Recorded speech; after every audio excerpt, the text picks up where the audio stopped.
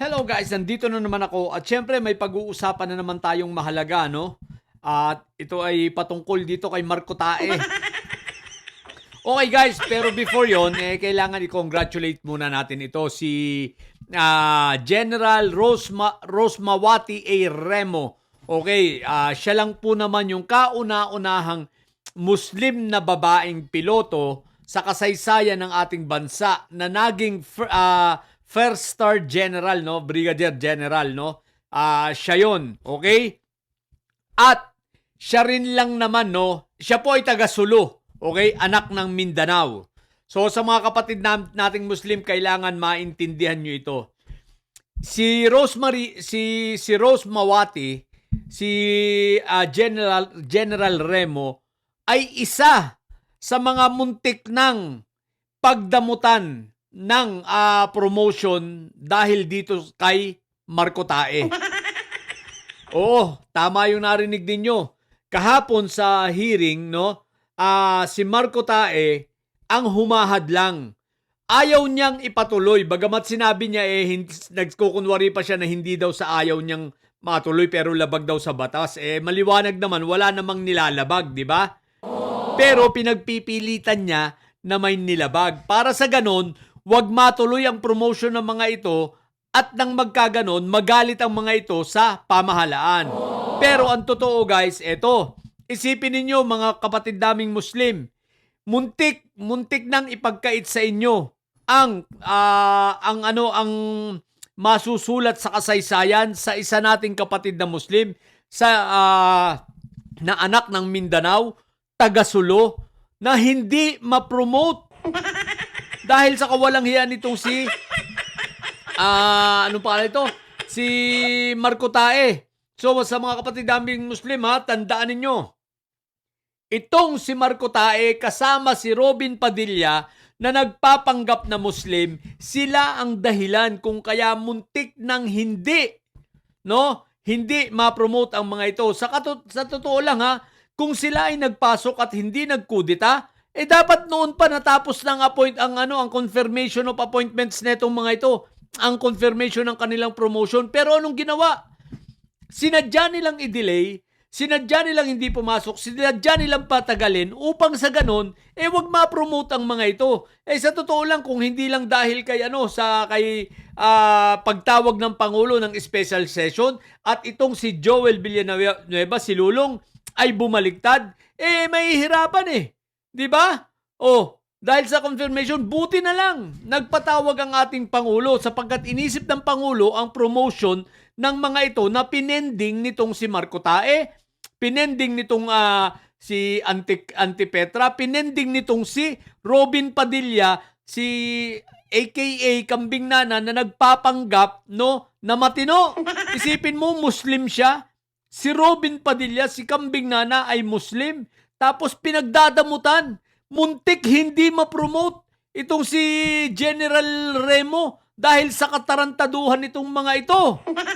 Pero natuloy na nga ang session, di ba? Special session, nagkaroon na. Aba, isipin mong si Marco Tae, umepal, at ginagawa niyang illegal daw sa batas. What the heck? At talagang hinaharangan niya. Guys, hindi lang nila kinaya dahil walang bilang itong si Marco Tae at establish na ang 13, establish ang majority, kaya hindi niya kinaya. Pero pinilit niya at sinubukan na hadlangan para wag ma-promote ang mga ito kasama si General Remo. Kaya kayong mga Muslim na sumusuporta pa dito sa grupong ito ni Fentaboy, sa grupong ito ni Marco Tae at ni Kambing Nana, ni Robin Padilla, na bagamat siya ay balik Islam, kita nyo ang katarantaduhan, katrayduran. Papagkaitan kayo ng isang kasaysayan, na yung nasulat ngayon sa kasaysayan na ito, na kauna-unahang babaeng piloto na naging general na anak ng Mindanao, taga-Sulu, muntik hindi maisulat sa kasaysayan dahil dito kay Marco Tae at kay Kambing Nana. At sa grupo nila ng May Sayad Black, kasama itong sa pangunan nitong si Antipetra. Di ba? Isipin nyo yun, mga Muslim, mga kapatid naming Muslim, kaibigan naming Muslim, isipin nyo yun. no? Ang ipinagkakait sa inyo. What the heck? Buti na lang talagang itong nasa majority natin ngayon. Sila pinaglaban nila lalo na si Senator Ping Lacson, ipinaglaban talaga itong mga ito. Ipinaglaban pati ng mga nasa Kongreso. 'Di ba? Ang karapatan ng mga ito. Isipin niyo 'yun. Tapos ang plano ni Marco Tae, wag ituloy ang plano ni Marco Tae. Hadlangan. Alam niyo ba kung yan ay hindi natuloy ang pag-promote sa kanila? Wala na. Magre-retire sila ng mga kernel. Magre-retire ito ng kung ano na lang yung huling posisyon nila. Ganun na lang. Isipin nyo, ang laki ng nanakaw sa kanila at isa pa, hindi lang basta nanakaw, no? Nanakaw at sa karapatan ng kanilang promotion at para sa kanilang retirement benefits. Aba, yung kasaysayan na naisulat ngayon, di ba, di sana hindi yun maiisulat at mawawala, di ba? Kung hindi natuloy ang promotion nito, sabi ko nga sa inyo, mabuti na lang at meron tayong matitinong mga senador, no, na ipinaglaban. At itong habang si Marco Tae, gigil na gigil. Kaya magising kayo, mga kapatid naming Muslim, mga kaibigan.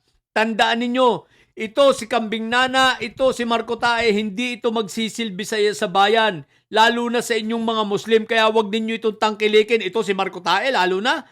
Iglesia ni kulto lang ang pagsisilbihan nito, tandaan nyo. At yan ay hindi magsisilbi sa bayan. Kita nyo naman ang kawalanghiyaan.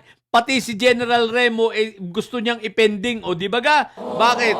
Alam mong Muslim? Ha? Marco Tae, alam mong Muslim kaya ganon? What the heck? Tarantado ka talaga no? Kaya mga kaibigan namin, kapatid naming Muslim tandaan ninyo ang mga taong ito, pati ito si Kambing Nana na Islam, balik Islam pero walang hiya. Alam mo kung bakit? Alam nyo ba na alam na ni Robin Padilla na merong Muslim na kailangang ma-confirm sa Commission on Appointments? Alam niya yan. Pero anong ginawa niya? Pumasok ba siya? Kita mo, kahapon, pumasok ba siya? Kung siya'y may malasakit na Muslim talaga, di sana nandun siya sa plenaryo at nagsalita at sinabi na, sinusuportahan ko si General Remo dahil siya ay kapatid nating Muslim at siya ay magsusulat sa kasaysayan na ang kauna-unahang babaeng Muslim na piloto na naging general na anak ng Mindanao, Tagasulu. Pero bakit niya hindi ginawa? Kasi nga, mas mahalaga sa kanya yung kanyang yung pangangamuhan niya dito kay Fentaboy tsaka kay Inday Sayad. Walang halaga sa kanya yan sa mga Muslim. Wala baliwala yan. Nagpapanggap lang ito na mahal kayo. Ang totoo niyan, hinayupak yung hype na yan, di ba? Hype na hype yan. O, di ba? Kaya magising kayo mga Muslim naming mga kaibigan Tandaan nyo mga pagmumukhang ito. Si Kambing Nana at si Marco Tae. Okay? So, yun lang muna. Again, congratulations kay General Remo. Isa ka na, nakasulat ka na sa kasaysayan ng ating bansa. Good job at salamat sa iyong serbisyo. Malapit na siya magretiro, guys. Okay? So, yun lang po. Sa mga bobong didilis at may sayad dyan na nyo. Ang tata nyo ay preso, ang BP nyo ay bubo. Matilig ang mga bobot may sayad sapagkat ang may sayad ay laging high blood. Bye!